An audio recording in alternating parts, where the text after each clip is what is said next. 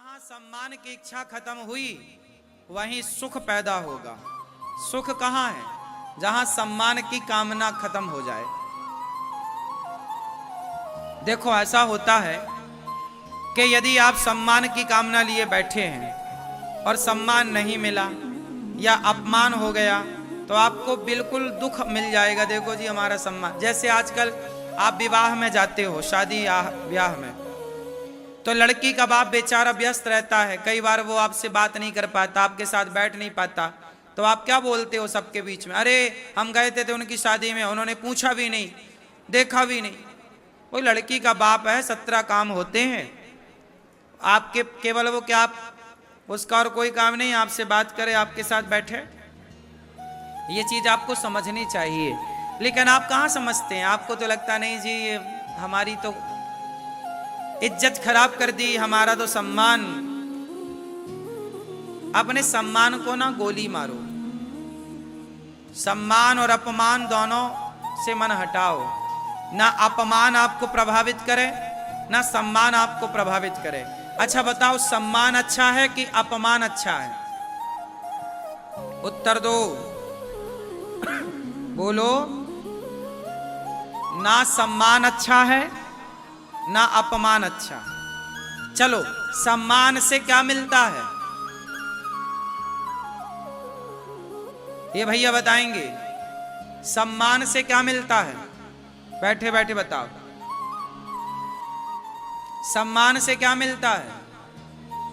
संतुष्टि मिलती है? गलत। सम्मान से क्या मिलता है? इज्जत। इज्जत सम्मान एक ही तो है। सम्मान से क्या मिलता है दादाजी? सम्मान से आपके भीतर अभिमान का जन्म होता है। जहां आपका सम्मान हुआ वहां आपके भीतर क्या जन्म लेगा?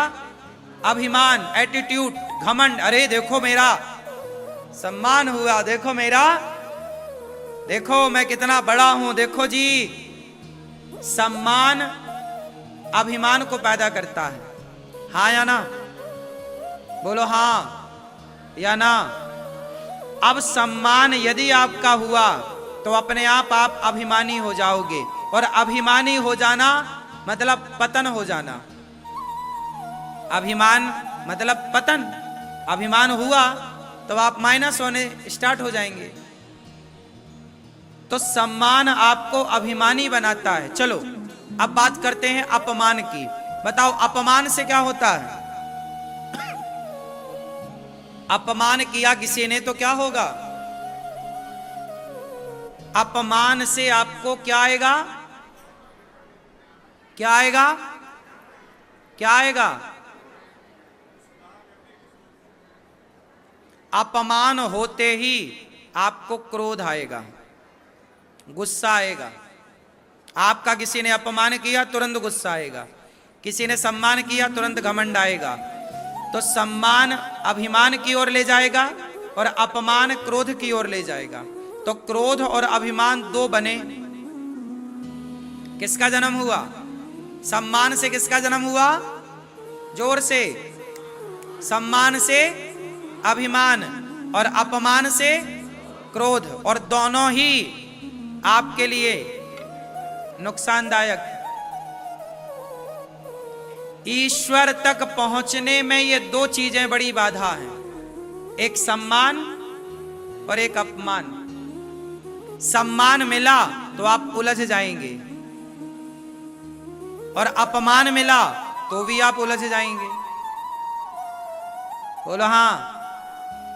इसलिए ईश्वर की प्राप्ति में सम्मान भी बाधा है और अपमान भी बाधा है। जो सम्मान और अपमान को छोड़कर आगे बढ़ेगा वही भगवान को प्राप्त करेगा। और हनुमान जी यही सिखा रहे हैं। हनुमान जी की पूंछ में आग लगा दी, हनुमान जी को गुस्सा नहीं आया। हनुमान जी का कोई सम्मान करे इससे हनुमान जी प्रसन्न नहीं होते, और कोई अपमान करे इससे हनुमान जी दुखी नहीं होते। हनुमान जी लंका आए। अब सुनना, हनुमान जी लंका आए, सीता मां का पता लगाए, वापस गए तो राम जी तारीफ कर रहे हैं तारीफ, प्रशंसा, सम्मान, सोचिए जिनकी तारीफ भगवान करें उसे कितना घमंड आ सकता है। बोलो, यदि हम में से किसी की तारीफ आज प्रधानमंत्री कर दें तो हम लोग जमीन में चलेंगे नहीं, उड़ने लग जाएंगे। देखो जी, हमारी तारीफ प्रधानमंत्री कर रहे हैं। सोचिए जिनकी तारीफ साक्षात भगवान कह रहे हैं, हनुमान तुम्हारे जैसा कोई नहीं हो सकता, तुमने मेरा दुख हर लिया, तुमने मेरी पत्नी का पता लगाया, हे हनुमान तुम बहुत बड़े हो। हनुमान जी बोले, राम जी आप मुझे घमंड दिला रहे हैं और मुझे घमंड आया तो मेरा पतन हो जाएगा। हनुमान जी बोले, राम जी मैं लंका नहीं गया। राम जी बोले, आपने समुद्र को छलांग लगा के पार कर लिया। वाह हनुमान वाह। ऐसा ना कहो प्रभु, मैंने आपकी अंगूठी ली ना, उसमें राम नाम लिखा था, मैं राम नाम के जहाज में बैठकर पार हो गया। ये मेरी प्रभुता नहीं है, ये मेरा नहीं है, ये तो आपके नाम की महिमा है। अच्छा, तो आप यहां से राम नाम के बल पर गए, अच्छा, पर आए तो आप फिर से समुद्र को छलांग लगा के नहीं, यहां से राम जी के जहाज में गया और वहां से सीता मैया ने चूड़ामणि दे दी। चूड़ामणि उतार तब दयाऊं, हरस समेत पवन सुत लयाऊं। तो यहां से राम जी के जहाज में गया, वहां से सीता मैया के जहाज में आया। इतनी प्रशंसा कर रहे हैं राम, पर हनुमान जी अपने को श्रेय नहीं दे रहे हैं। हनुमान जी श्रेय दे रहे हैं कि प्रभु आपकी कृपा से मैं लंका गया, आपकी कृपा से सब कार्य हुआ, वरना मेरी औकात क्या, मेरी हैसियत क्या, मैं क्या हूं? मैं तो एक सामान्य सा बंदर हूं। हनुमान जी क्या कह रहे हैं लंका में? असमय अधम सखा सुनु मोहु पर रघुवीर, कीन्ही कृपा सुमरी गुण भरे विलोचन नीर। प्रात ले जो नाम हमारा, तेहि दिन ताहि न मिले आहारा। हनुमान जी कह रहे हैं मैं तो बंदर हूं,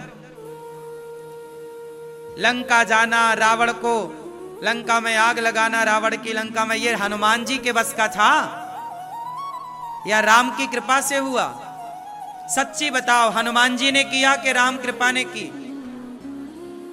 बोलो बोलो, किसका बल था? राम का बल या हनुमान जी का बल? अब राम जी खुद कह रहे हैं कि हनुमान जी आप बड़े हो, आपने ये किया, पर हनुमान जी उस सम्मान को लेने को तैयार। हनुमान जी बोले मैं नहीं हूं इसका अधिकारी, प्रभु ये आपकी महिमा है, ये आपका बड़प्पन है कि आप इस दास को इस लायक समझ रहे हैं। सोचिए हनुमान जी से बड़ा काम इस धरती पर किसने किया? आप तो नेताओं का काम करते हो, पर हनुमान जी ने तो भगवान का काम किया। लेकिन फिर भी हनुमान जी को अभिमान नहीं आया कि मैंने किया। वो ये मान रहे हैं कि राम ने किया, राम की कृपा ने कराया, और आप लोग जरा सा कामयाबी पालो तो आपको लगता है जी मैंने किया, मैं ही सब कुछ हूं। आप अपने कोई सर्वे सर्वा मान लेते हैं, अपने कोई भगवान मान लेते हैं। हनुमान जी की पूजा करते हो ना, सीखो हनुमान जी से ये सब बातें। कभी हनुमान जी ने करता नहीं माना। अच्छा सुनो, इतना बड़ा सम्मान हुआ हनुमान जी का राम के द्वारा, और रावण के द्वारा इतना बड़ा अपमान हुआ, पूंछ में आग लगाई। हाँ या ना? ना तो सम्मान पाकर हनुमान जी प्रसन्न भये, ना तो अपमान पाकर हनुमान जी रोए। अपमान और सम्मान दोनों में हनुमान जी क्या रहे? सम रहे। क्या रहे? सम। क्या हम लोग सम रह पाते हैं? उत्तर दो दादाजी, सम रह पाते हैं? हम सम नहीं रह पाते, इसलिए हम परेशान होते हैं। काश हम भी हनुमान जी से ये सीख ले लेते कि हम सम्मान और अपमान दोनों में सम रह पाते। आपको यही समझाना चाहता हूं, ये दास अनिरुद्ध आपको यही कह रहा है कि आप कभी ये ना कहो कि मैंने किया। मैं कुछ नहीं करता, मेरे बस का कुछ भी नहीं है, मैं नौकर हूं, नौकर। कौन हूं मैं? मालिक कौन? भगवान। हनुमान जी एक छोटे से कार्य करता है भगवान के।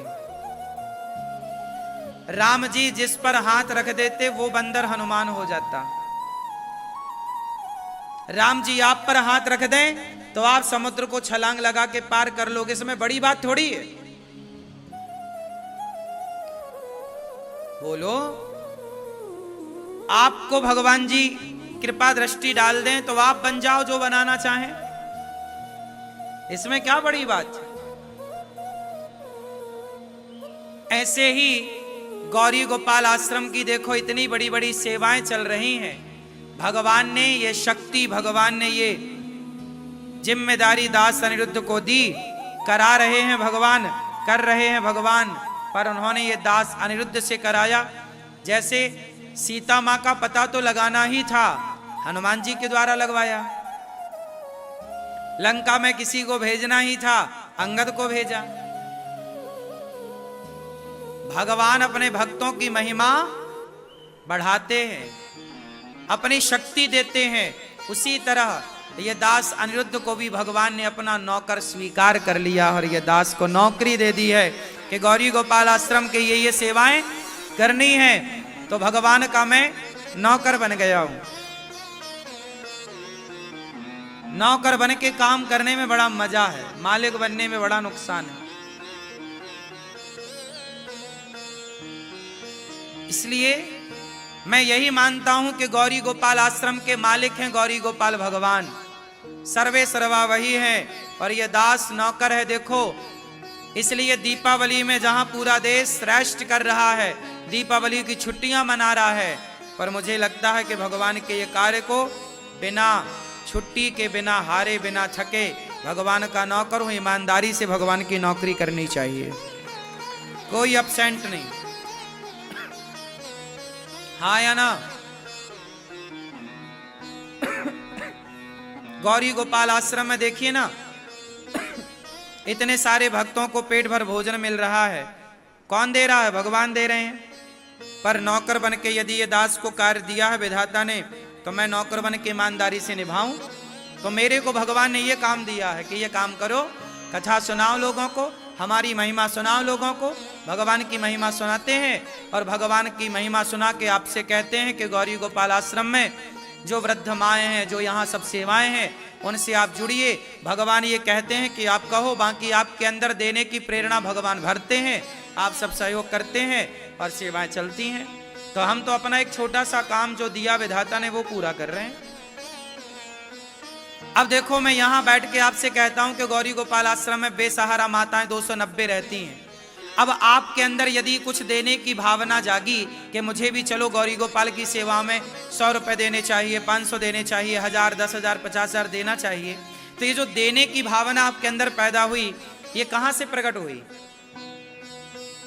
ये भावना मैंने प्रकट की या भगवान ने आपके भीतर प्रवेश करके प्रेरणा दी, प्रेरित किया कि चलो ये करो? अच्छा, एक बात बताओ, हनुमान जी लंका गए थे ना, तो लंका जलाने का कोई प्रोग्राम नहीं था। लंका जलाने का कोई प्रोग्राम नहीं था, पर हनुमान जी के पास ना, जब अशोक वृक्ष के ऊपर चढ़े थे हनुमान जी, तो सीता मां के पास ना त्रिजटा आई। कौन आई? और उन्होंने क्या सुनाया? उन्होंने एक सपना सुनाया सीता मां को कि सुनो, आज मैंने सपने में कुछ देखा। क्या देखा? तो क्या देखा था कि सपने बानर लंका जारी, जात उधान सेना सब मारी। सीता मैया को त्रिजटा मां ने क्या सुनाया? बोलो, सपना। क्या सुनाया? सपना सुनाया। अब जब सपना सुनाया तो हनुमान जी ने कहा कि सपने बानर लंका जारी। मानो हनुमान जी बोले कि त्रिजटा के द्वारा भगवान कह रहे हैं कि गए हो तो फूंक के आना रावण की लंका। तो त्रिजटा के द्वारा हनुमान जी को लगा कि भगवान त्रिजटा के द्वारा कह रहे हैं कि ये भी करके आना। तो त्रिजटा से प्रेरणा मिल गई हनुमान जी को लंका जलाने की। त्रिजटा ही है ना। सीता मां को सपना किसने सुनाया था? क्यों मैया? किसने? त्रिजटा ही था ना नाम।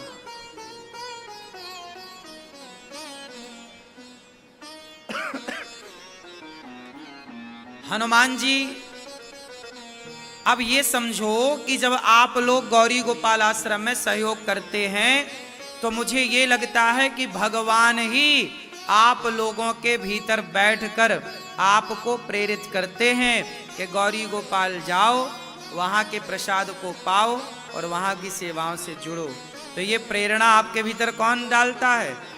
भगवान खुद आपके भीतर बैठ करके और आपको गौरी गोपाल आश्रम आने की प्रेरणा देते हैं।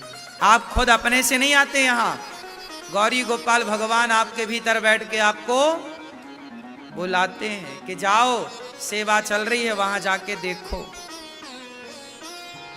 तो मुझे ये लगता है कि आप लोगों का जो सहयोग मिलता है वो आप लोगों के रूप में भगवान ही आकर के ये सारा कार्य करते हैं। हम मैं घमंड किसका करूं कि मैं कर रहा हूं, इसका करो। मेरे जैसा मूर्ख कौन होगा भाई? आप लोगों के रूप में कौन कर रहा है?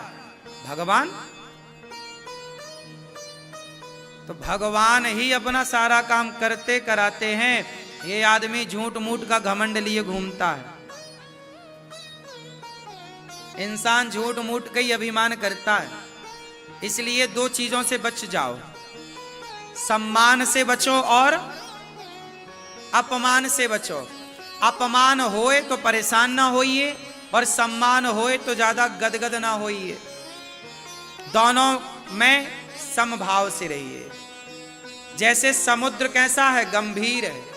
कितनी भी नदियां मिलें, कितना भी बाढ़ आए, पर नदियों की बाढ़ से समुद्र को कोई फर्क, और कितना भी सूखा पड़ जाए पर समुद्र का 1 इंच पानी घटता नहीं है। ना नदियों के मिलने से वो फूलता है, ना नदियों के सूख जाने से वो रोता है। हर समय समुद्र कैसा है? गंभीर है। हर हाल में वो अपनी मर्यादा में, चाहे नदियां मिलें, चाहे नदियां बाढ़ से भरी हों, चाहे नदियां सूखी हों। नदियां सूख जाएंगी तो क्या समुद्र का कुछ बिगड़ेगा?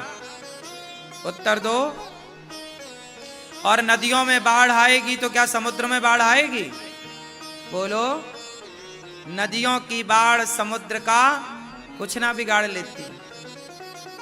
बस यही है कि आप हमारा सम्मान करो या अपमान करो, हम दोनों से मन को हटाएं और अपने मन को केवल भगवान के चरणों में लगाएं। इसी से हमारा भला है, इसी से हमारा जीवन सुखमय बीतेगा। यही जीवन जीने के बढ़िया सूत्र है।